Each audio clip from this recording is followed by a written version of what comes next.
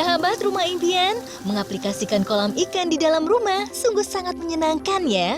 Apalagi jika di atasnya dipasang material kaca yang berfungsi juga sebagai lantai transparan. Kolam ikan ini malah jadi dekorasi lantai yang ciamik kan? Selain untuk lantai, material kaca temper ini juga banyak diaplikasikan untuk penerangan alami di dalam rumah loh, yakni dengan menerapkannya di bagian atap bangunan atau skylight. Bagaimana ya jika atap rumah kita ingin dipasangi kaca? Ini dia prosesnya. Tentukan penempatan atap yang akan dipasangi kaca. Ukur menggunakan penggaris siku dan beri tanda. Pasang sekrup menembus atap bagian luar pada 4 sudut yang sudah ditandai sebelumnya. Lalu pasang benang untuk benar-benar mengetahui penempatan skylight. Lepas material pelapis atap atau shingles menggunakan cutter. Kemudian potong bagian atap kayu dengan gergaji. Pasang atap kaca yang berbentuk jendela dan kencangkan dengan paku. Untuk membuat segel kedap air, perlu diterapkan lapisan mendasar atau material underlayment di sekeliling skylight. Dimulai dengan melepas cladding dari jendela. Terapkan material underlayment, potong bagian sudut dan tekan agar merekat. Terapkan material underlayment tersebut di sepanjang sisi hingga selesai. Lalu tambahkan lapisan atap di bagian atasnya. Selanjutnya, pasang flashing secara pas dan kuat pada bagian bawah jendela dan kencangkan dengan paku. Pasang flashing di sepanjang sisi dengan posisi tumpang tindih dengan lapisan atap supaya terlihat rapi ya. Setelah itu, pasang kembali cladding. Pada bagian atas, pasang pelana flashing. Terakhir, pasang sepotong underlayment di bawah atap untuk menutupi tepi atas pelana flashing. Kemudian, tambahkan lapisan atap agar terlihat rapi. Bagaimana? Tertarik untuk menerapkan skylight di atap rumah Anda? Selamat mencoba! Sahabat Rumah Impian, dalam memilih interior custom, hal pertama yang harus diperhatikan adalah penyesuaian interior dengan tema atau konsep dari rumah yang ingin kita ciptakan, agar tetap memiliki benang merah. Nah, seperti pasangan muda Gilang dan Resi ini nih, sejak awal mereka sudah menentukan gaya minimalis yang menekankan kesederhanaan.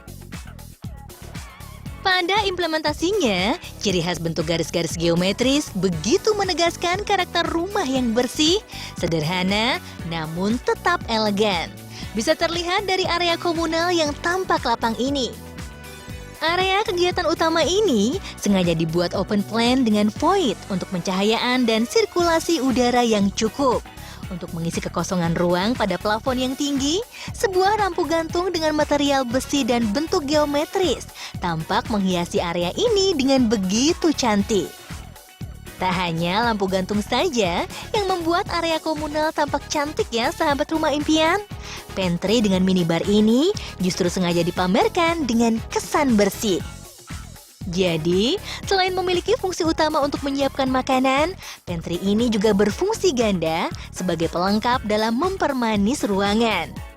Hampir 90% furniture di rumah ini benar-benar dibuat custom loh sahabat Rumah Impian.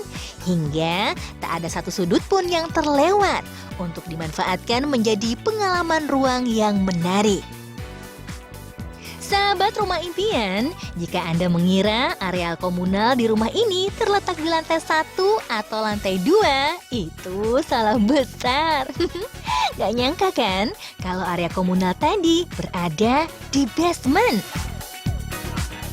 Tapak lahan berkontur dan menurun di bagian belakang justru malah menjadikan bangunan rumah ini begitu unik. Nah, Dewi, sekarang ini ada di living room. Oh, living room yang atas berarti Iya, ya? yang atas. Ini sebenarnya ini tuh lantai satunya. Tadi di bawah itu living room basementnya. Oh, jadi di rumah ini ada 2 living room ya? Iya, Terus betul. apa tuh yang ngebedain living room yang ini sama yang living room yang tadi tuh? Kalau yang tadi kan di bawah itu private kalau ada keluarga gitu. Tapi kalau di sini ngumpul sama teman-teman, ngopi-ngopi bareng abis dari ruang tamu kayaknya asik sih. Oh, jadi emang disesuaikan dengan mau ngobrol sama siapa Ya, gitu ya. Kalau emang betul. udah deket banget sahabat keluarga tuh memang langsung diarahkan ke living room yang Iya, private. betul. Nah kalau living room yang di lantai 1 nih sahabat rumah impian, aku tuh kayak ngerasa nggak berada di living room, tapi kayak di art gallery gitu. Mungkin karena apa ya, sama sekali nggak ada sekat, terus juga lapang dan juga pemilihan furniture yang ada di sini. Nah, ada yang juga mencuri perhatian nih sahabat rumah impian di area living room yang di lantai 1 ini, yakni adalah nih mejanya nih. Ini apa ini Gilang? Pak Aduh. Gilang coba sama jelasin. Kayak marmer ya ini, tapi Betul, apa ini? betul. Ini tuh terbuat dari resin. Oh resin. Resin, tapi ya kita kan ingin beda lah dari yang lain lah ya. Cuman untuk budget sendiri kan kita harus Iya, ya pinter-pinter lah. Jadi Jadi nampak betul. seperti marmer, Nampak seperti tapi- marmer tapi ya resin. Tapi budgetnya lebih bersahabat. Betul mungkin. sekali, betul. Nah kalau dari sisi pencahayaan sendiri nih, kenapa nih memilih? Kayaknya serba temaram ya untuk yang living room yang di lantai 1 ini. Iya, supaya lebih apa ya namanya ya, lebih santai gitu kan. Pulang kerja lewat sini kayak udah redup gitu, udah santai lah. Dan makin terasa kayak art gallery Betul ya. Oh, sekali. itu mungkin salah satu alasannya. Tidak hanya atmosfer ruangannya saja yang berasa seperti di galeri seni, tapi setiap interior di rumah ini pun memang memiliki nilai seni yang tinggi. Coba lihat saja wastafel yang satu ini.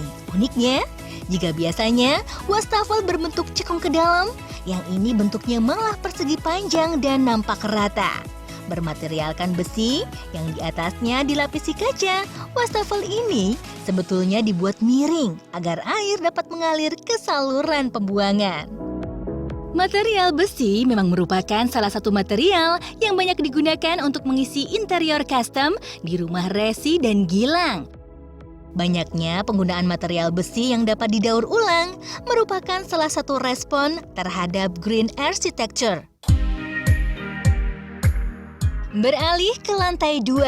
Sesaat setelah menaiki anak tangga dari lantai 1 ke lantai 2, ruang pertama yang langsung terlihat adalah area walk-in closet dengan beberapa lemari baju, tas, sepatu, dan tempat penyimpanan barang pribadi lainnya.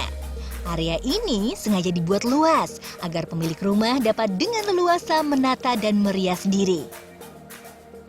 Berbeda dengan lantai basement dan lantai 1, walk-in closet ini didominasi dengan material kayu yang hangat, dari mulai pemilihan lantai dan juga interior lemari custom. Begitupun dengan kamar utama yang bersebelahan dengan walk-in closet. Material vinil dengan serat kayu dipilih untuk menciptakan suasana hangat saat beristirahat di dalam kamar. Pemilihan headboard pada tempat tidur berupa cushion berwarna abu-abu mengontraskan coklat kayu pada lantai dengan tetap menyelaraskan kesan sederhana yang ingin diciptakan pada keseluruhan hunian ini. Dari kamar utama ini, pemilik rumah dapat mengakses langsung balkonan hijau dari pengaplikasian rumput sintetis. Nah, ada nggak nih saran atau mungkin tips buat sahabat rumah impian di rumah yang aku pengen nih ya ngedesain rumahku tuh semuanya serba custom. Tapi kalau dari saya sama Gilang sih kayaknya dihitung dulu lah budgetnya sama mau dikonsep seperti apa. Jadi memang di awal harus semuanya harus terkonsep dengan jelas Betul dan sekali. budgetnya harus ada berapa ya, Ya. jangan sampai maksa ya. Ya, jadi didiskusiin aja sama timnya.